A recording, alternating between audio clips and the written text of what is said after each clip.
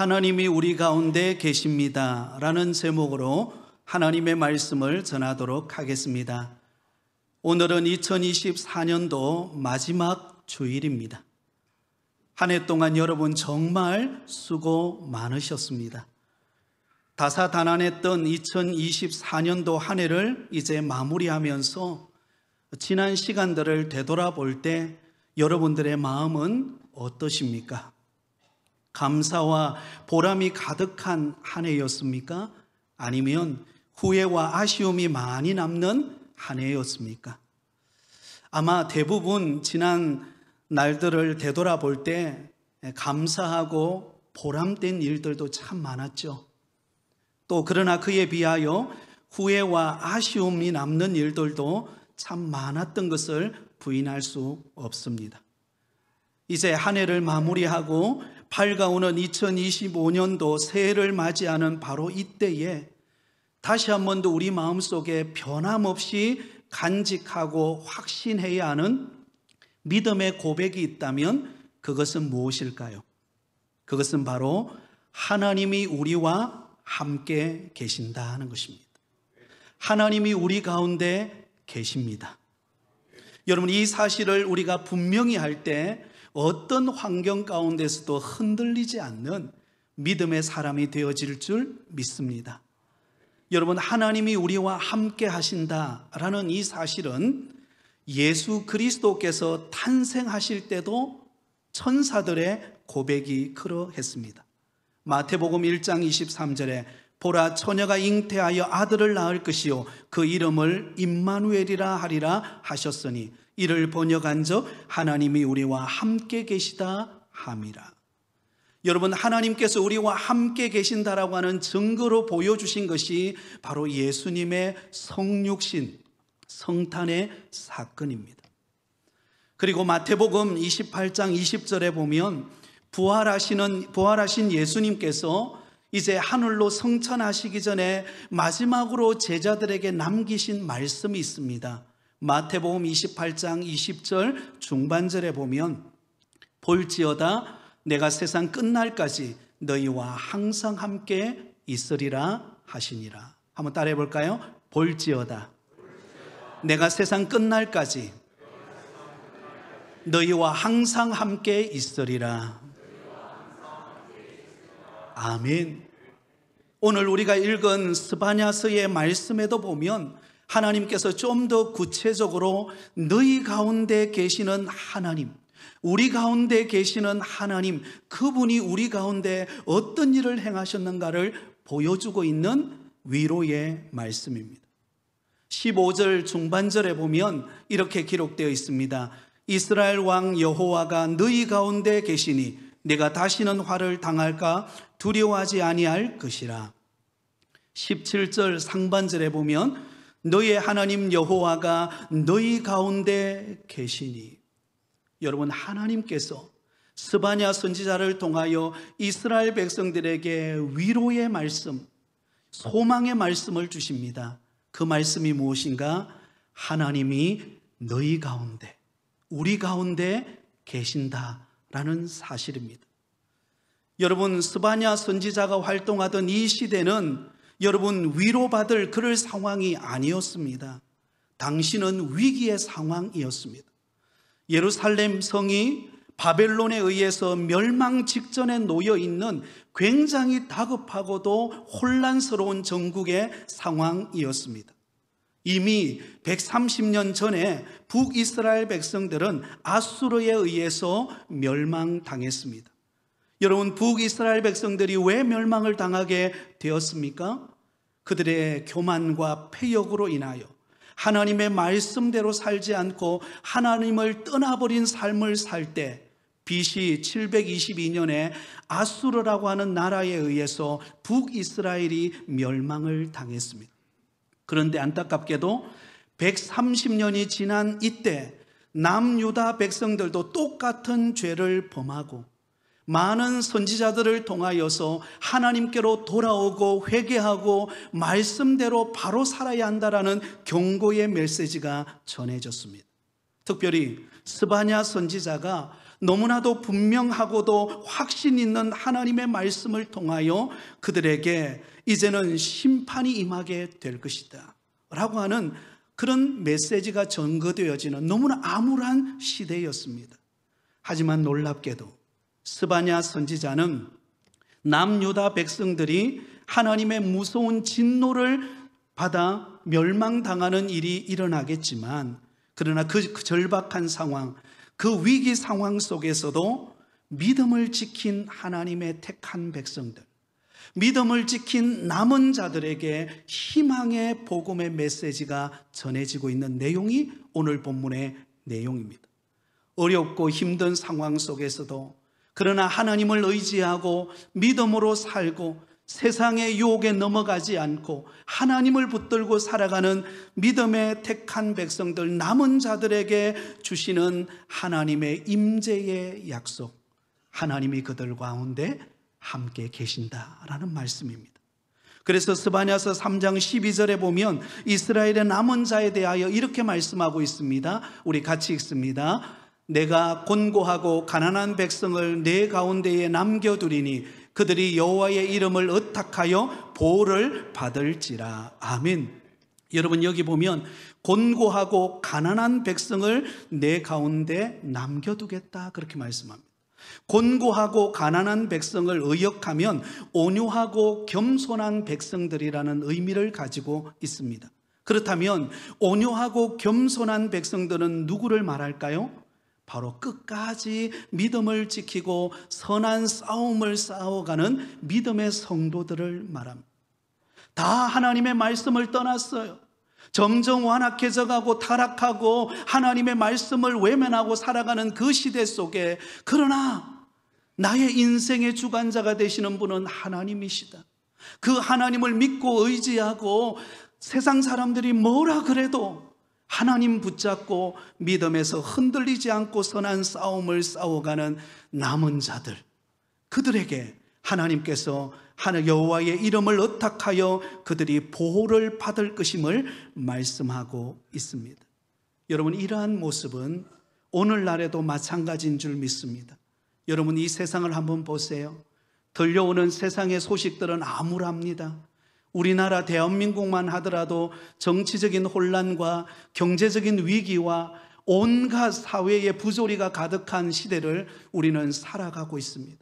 어디 하나 우리 마음에 편안한 소식이 전해지는 것을 느낄 수 없는, 한 해가 마무리되어 가지만 그러나 점점 위축되어져 가는 이런 시대를 우리는 살아갑니다. 어제 음식점에 갔더니요, 그 음식점 주인이 그런 말을 하더라고요.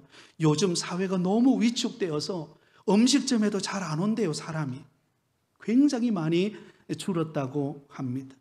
암울한 시대, 어디 하나 우리에게 희망적인 소식이 없는 바로 그러한 시대라 할지라도 끝까지 믿음을 지키고 흔들리지 않고 온유하고 겸손한 마음으로 주님을 섬기는 남은 자, 하나님의 택한 자녀들에게 우리 하나님께서 위로의 말씀을 전해주시고 있습니다. 14절입니다. 같이 읽습니다. 시온에 따라 노래할지어다. 이스라엘아 기쁘게 부를지어다. 예루살렘 따라 전심으로 기뻐하며 즐거워할지어다. 여러분, 여기 시온의 딸, 이스라엘, 예루살렘의 딸, 누구를 말합니까? 하나님 안에서 믿음을 지켜가는 남은 자를 말합니다. 믿음의 선한 싸움을 싸우고 세상이 혼란스럽고 암울하고 정말로 어디에 소망이 둘 것이 없는 이때에, 그러나 나의 희망과 나의 소망과 나의 기대는 오직 하나님께 있다라고 믿고 믿음으로 주님을 의지하며 살아가는 사람은 어떤 환경 속에서도 우리는 노래할 수 있고 기뻐할 수 있고 즐거워할 수 있는 줄 믿습니다. 왜냐하면 하나님이 우리와 함께 하시기 때문입니다. 하나님이 우리와 함께 하시기 때문에 그 어떤 상황과 어려움 속에서도 흔들리지 않는 거예요.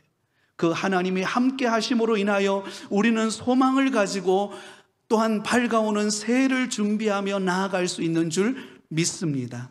자, 그렇다면 여러분, 오늘 본문에 이 스바냐 선지자가 말하는 하나님이 우리 가운데 계심으로 인하여 우리에게 주어지는 복은 무엇일까요? 하나님께서 우리 가운데 계심으로 인하여 하나님이 행하시는 일은 과연 무엇이기에 우리가 기뻐하고 즐거워하고 감사하면서 희망찬 2025년도를 우리가 맞이할 수 있을까요? 그 첫 번째 비결은 하나님은 우리 가운데 계심으로 우리에게 구원을 베풀어 주시기 때문입니다. 한번 따라하겠습니다. 우리에게 구원을 베풀어 주십니다. 여러분, 우리 가운데 함께 하시는 하나님은 저와 여러분에게 구원을 베푸시는 하나님이십니다. 오늘 본문 17절 상반절에 보면 이렇게 기록되어 있습니다. 같이 읽습니다. 너희 하나님 여호와가 너희 가운데 계시니 그는 구원을 베푸실 전능자시라. 아멘. 저기 보면 이렇게 기록되어 있죠. 그는 구원을 베푸실 전능자이시라. 여러분, 지금 스바냐 선지자는 이스라엘 백성들, 남유다 백성들에게 심판의 메시지를 전하고 있습니다. 우리가 이렇게 살다가는, 하나님을 떠나고 죄악과 더불어 살아간다면 하나님은 반드시 강대국을 들어서 우리를 심판할 것이다. 멸망당할 것이다. 그런데 그 가운데 여러분, 스바냐 선지자는 희망의 메시지를 우리에게 들려줍니다. 그러나 그 가운데 믿음을 지키고 세상의 소리에 귀를 기울이는 것이 아니라 하나님의 말씀에 귀를 기울이고 하나님이 나와 함께 계심을 믿고 주님을 의지하는 하나님의 택한 자녀에게 구원을 베푸시는 전능자 하나님이심을 말씀하고 있다라는 것입니다. 사랑하는 성도 여러분, 우리가 믿고 섬기는 하나님은 어떤 분이십니까? 우리에게 구원을 베푸시는 하나님이십니다. 여러분, 이 세상에 우리가 아무리 많은 명예와 권력과 부귀를 누린다 한다 할지라도 여러분, 그것은요 잠시 잠깐이에요. 우리가 장례식에 가보면 그걸 느낍니다. 아무리 이 세상에 떵떵거리고 화려한 삶을 살았다 할지라도 여러분, 죽음 앞에서 그 죽음의 관문을 벗어날 존재는 이 땅에 한 사람도 없습니다. 다 내려놓고 가야 돼요. 그 어느 것 하나 움켜쥐고 가는 사람 없습니다. 다 내려놓고 갑니다. 그렇다면 여러분, 다 내려놓고 가는 우리 인생의 종착역인 마지막 죽음 이후에는 어떤 일이 펼쳐질까요? 성경은 말합니다. 죽음 이후에 심판이 있으리니 그 심판의 때에 예수 그리스도를 믿지 않는 자, 예수님을 그 인생의 주인으로 모시지 않는 자는 죽음 이후에 멸망의 길로 갑니다. 지옥으로 갑니다. 그러나 예수님을 믿고 믿음을 지키고 어떤 세상의 암울한 소식에 우리가 흔들리지 않고 믿음으로 주님을 섬기는 자는 죽음 이후에 영원한 하나님의 나라 천국에서 영생을 누리며 살게 되어질 줄 믿습니다. 구원의 하나님께서 우리에게 베풀어 주시는 선물입니다. 그런데 여러분, 여기서 구원은 전인적 구원을 말합니다.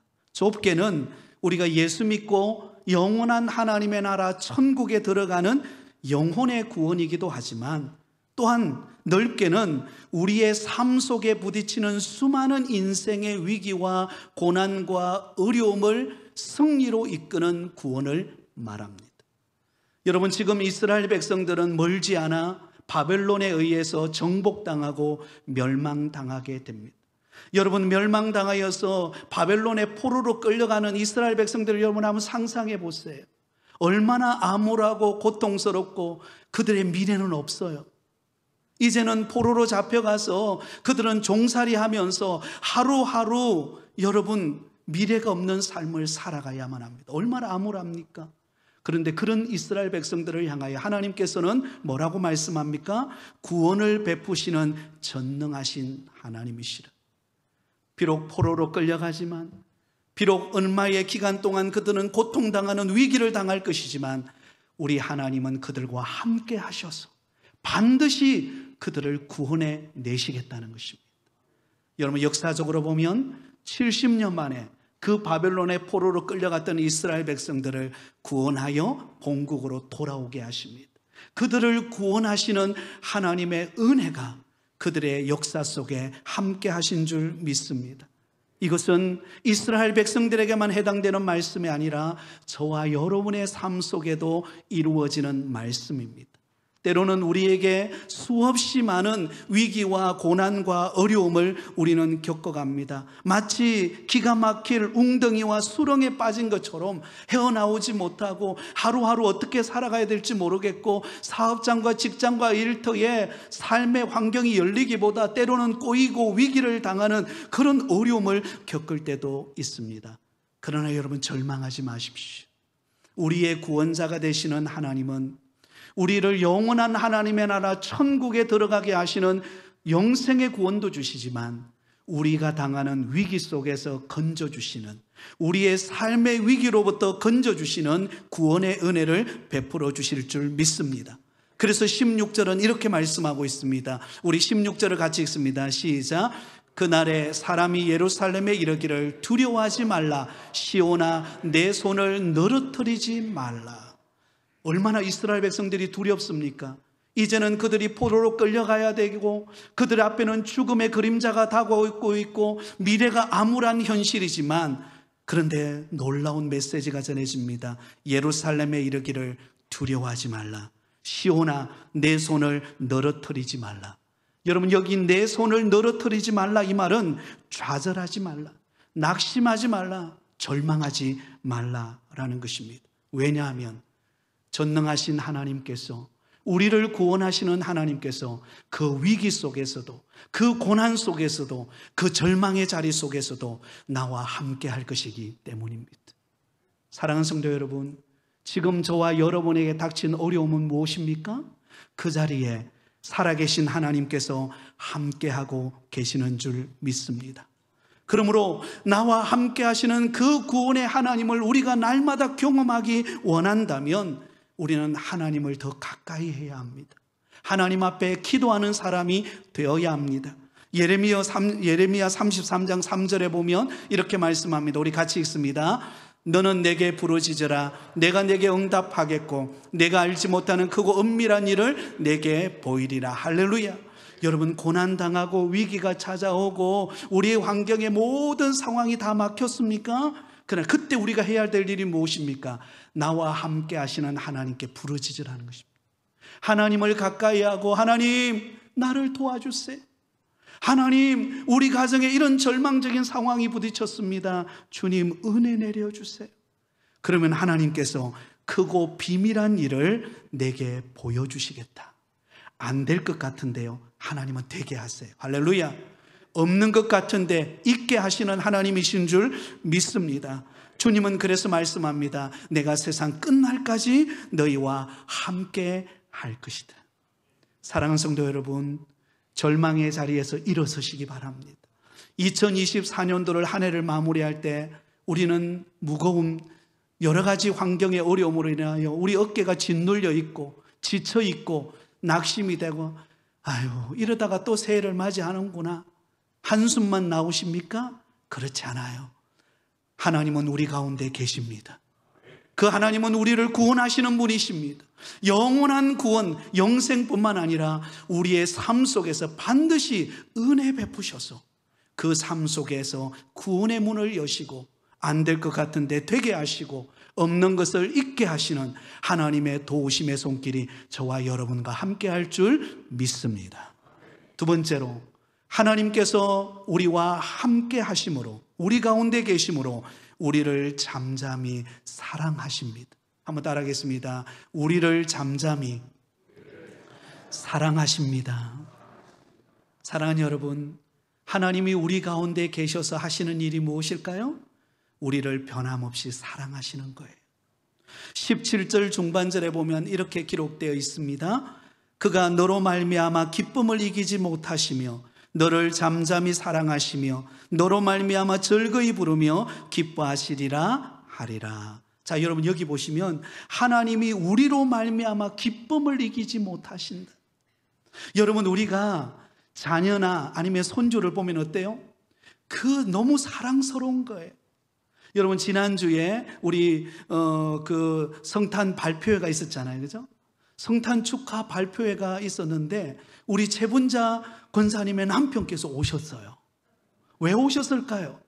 물론 권사님께서 오라고 했기 때문에 오셨겠지만 우리 손주들, 앞에 나와서 찬양하고 또 인사말하고 또 주님을 찬양하는 그 모습을 보기 위해서 온 것 아니겠습니까? 근데 저는 제가 평소 때 알고 있는 우리 남편 되시는 분은 좀 무뚝뚝하겠다 그런 생각을 했는데 그 표정을 보니까 무뚝뚝한 게 아니에요. 그 손주를 바라보는 눈빛이요, 대단합니다. 너무 사랑스러운 눈빛. 제가 너무 잘 몰랐어요. 그렇게 사랑스러운 눈빛으로 손주를 바라보고 따뜻한 눈빛으로 바라보는 것을 보면서 야, 이게 사랑이구나. 이게 사랑이구나. 여러분, 주님이 저와 여러분을 바라볼 때 어떻게 바라볼까요? 그래, 한번 두고 보자. 한 주간 그래 살았지. 그렇게 보지 않는다는 것입니다. 오늘 주일날 교회 온 것만 해도 너무 사랑스러운 거예요. 할렐루야. 앉아가지고 때로는 좀 피곤해가 졸기는 해도 하나님은 사랑하는 자에게 뭘 줘요? 하나님은 때로는 우리를 졸게 하실 때라도 와서 졸지만 그게 아름다운 거예요. 왜? 하나님 자녀니까요. 하나님 자녀니까. 하나님이 우리로 인하여 기쁨을 이기지 못하시며 너를 잠잠히 사랑하신다. 여러분, 주님이 우리를 계속해서 사랑하시고 계세요. 변함없이 사랑하고 있습니다. 변함없이 사랑하고 있어요. 여러분, 부모님은 자식을 변함없이 사랑합니다. 부모님이 세상 떠나는 그날까지 그 자식 걱정에, 그 자식 생각으로 가득 차 있습니다. 추운 날씨에 감기 걸리지 않을까? 직장 생활에 어려움은 없을까? 몸은 건강할까? 부모님은 연세가 들어도 그 마음속에 늘 자식 생각으로 가득 차 있습니다. 왜 그렇습니까? 그 자녀를 사랑하기 때문이에요. 최근에 우리 교회당 저 뒤에 보면 주차장이 있죠. 그 주차장에 어미 고양이가 새끼 고양이를 데리고 왔어요. 3마리를 데려왔는데 1마리가 어디 갔는지 안 보이고 2마리만 보여요. 그래서 이 추운 날씨 너무 안쓰러운 거예요. 그래서 제가 가끔씩 이렇게 먹이를 조금 주는데 제가 참 신기한 걸 발견했어요. 그게 뭔가 하면 어미가 절대로 먼저 먹지 않아요. 제가 생각할 때는 어미가 제일 활동력이 많기 때문에 제일 많이 배가 고프고 제일 먼저 달려와서 그 먹이를 먹을 것 같은데 아니에요. 새끼 2마리가 딱 먼저 옵니다. 제 눈치를 살피고 그리고는 먹이를 먹어요. 그리고 그 새끼가 다 먹고 나면 그때서야 어미 고양이가 와서 그 먹이를 먹더라고요. 제가 깨닫는 은혜가 뭔지 아십니까? 동물도, 그 고양이도 저렇게 새끼를 사랑하는구나. 하물며 우리를 사랑하사 독생자 예수 그리스도를 아낌없이 보내주신 그 하나님께서 우리를 사랑하지 않으시겠습니까? 어떤 위기와 고난 속에서도 잠잠히 우리를 바라보시고 우리 손을 붙잡아 주시고 우리를 일으켜 주시고 우리 가운데 역사하십니다. 요한일서 4장 8절에 이렇게 말씀합니다. 우리 같이 읽습니다. 사랑하지 아니하는 자는 하나님을 알지 못하나니 이는 하나님은 사랑이심이라. 여러분, 하나님은 사랑이세요. 하나님은 오늘도 우리를 너무너무 기뻐하시고 오늘도 우리 존재 자체만 해도 사랑스러워 하시는 분이 우리 하나님이십니다. 그러므로 그 하나님이 우리 가운데 계셔서 나를 사랑하고 우리 성도들을 사랑하고 우리 부곡교회를 사랑하고 계시는 줄 믿고 그분의 사랑으로 일어서는 여러분 되기를 예수님의 이름으로 축복합니다. 마지막 3번째는요, 하나님은 우리 가운데 계셔서 우리로 하여금 마침내 칭찬과 명성을 얻게 하십니다. 한번 따라하겠습니다. 우리로 하여금 칭찬과 명성을 얻게 하십니다. 자, 오늘 본문 19절 20절을 우리 마지막으로 같이 읽습니다. 시작. 그때에 내가 너를 괴롭게 하는 자를 다 벌하고 저는 자를 구원하며 쫓겨난 자를 모으며 온 세상에서 수욕받는 자에게 칭찬과 명성을 얻게 하리라. 내가 그때에 너희를 이끌고 그때에 너희를 모을지라. 내가 너희 목전에서 너희의 사로잡힘을 돌이킬 때에 너희가 천하 만민 가운데서 명성과 칭찬을 얻게 하리라. 여호와의 말이니라. 할렐루야. 여러분, 이 두 구절 속에 반복되는 말씀이 어떤 말씀이죠? 명성과 칭찬을 얻게 하시겠다. 칭찬과 명성을 얻게 하시겠다. 이 말은 존귀한 자로 세워주시겠다. 영광스러운 사람으로, 인정받는 사람으로, 존경받는 사람으로 하나님께서 들어 쓰시겠다. 그렇게 말씀하고 있어요. 사랑하는 성도 여러분, 지금 이스라엘 백성들은 사실 명성과 칭찬과는 전혀 상관없는 삶을 살고 있습니다. 그래서 하나님께서 심판하지 않으면 안 될 수밖에 없는 스바냐 선지자를 통하여서 바벨론에 의해서 너희들은 멸망당할 것이다 라고 하는 심판의 메시지가 전해지고 있는 상황입니다. 그때 누가 칭찬과 명성을 얻을 줄 알 수 있습니까? 그의 인생 끝난 거예요. 미래가 없어요. 소망이 없어요. 포로로 끌려가면 언제 죽을지, 무슨 일이 일어날지 몰라요. 그런데 하나님은 그 바벨론 포로로 끌려가는 그 과정 속에 하나님은 그들에게 무엇을 준비하고 계셨는가? 칭찬과 명성을 준비하고 있었다는 것입니다. 앞으로 하나님께서 그들을, 이스라엘 백성들을 괴롭혀서 포로로 잡혀가게 했던 그 바벨론을 하나님께서 멸망시키시고 다른 나라를 들어서 그 바벨론을 멸망시키고 이스라엘 백성들을 그 고난 가운데서 건져서 이스라엘 본국으로 돌아오게 하실 거예요. 그때 돌아올 때에 이스라엘 백성들에게 칭찬과 명성을 얻게 하시는, 열방의 이스라엘 민족이, 하나님의 택한 민족이 어떤 은혜와 복을 받는가를 하나님이 보여주시겠다라는 메시지입니다. 사랑하는 여러분, 지금 우리에게 고난과 위기가 있다고 절망하지 마세요. 왜냐하면 그 고난과 위기는 나를 연단하여 마침내 칭찬과 명성을 얻게 하는 과정이기 때문입니다. 여러분, 검 좋아하십니까? 검 별로 안 좋아하세요? 검 좋아하죠, 그죠? 요즘 검값이 정말 엄청납니다. 한 돈에 얼마나 그랬죠? 별로 알고 계시잖아요. 뭐 40만 원인가 뭐 이렇다 그러더라고요. 금이 얼마나 귀합니까? 아무리 위기를 당해도요, 금값은 잘 안 내려갑니다. 자꾸 올라가요. 그런데 보세요. 그 귀한 금이 어떻게 만들어지죠? 그 금에는요, 불순물이 있습니다. 그 불순물을 제거하기 위해서 여러분 용광로 속에다 들어갑니다. 그래서 순수한 금으로만 분리시킵니다. 그래서 순금처럼 나오는 게 금이에요. 그것이 귀한 거예요. 여러분, 우리가 지금 당하는 어려움, 시련, 위기, 때로는 실패. 그러나 여러분, 한 번 실패했다고 영원히 실패하는 것 아니에요. 실패해도 다시 일어서는 거예요. 어려워도 다시 일어서는 거예요. 하나님이 우리를 붙들기 때문입니다.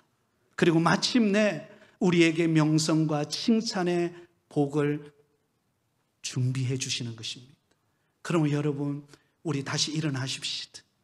그리고는 밝아오는 2025년도를 희망찬 새해를 맞이하며 달려가기를 원합니다.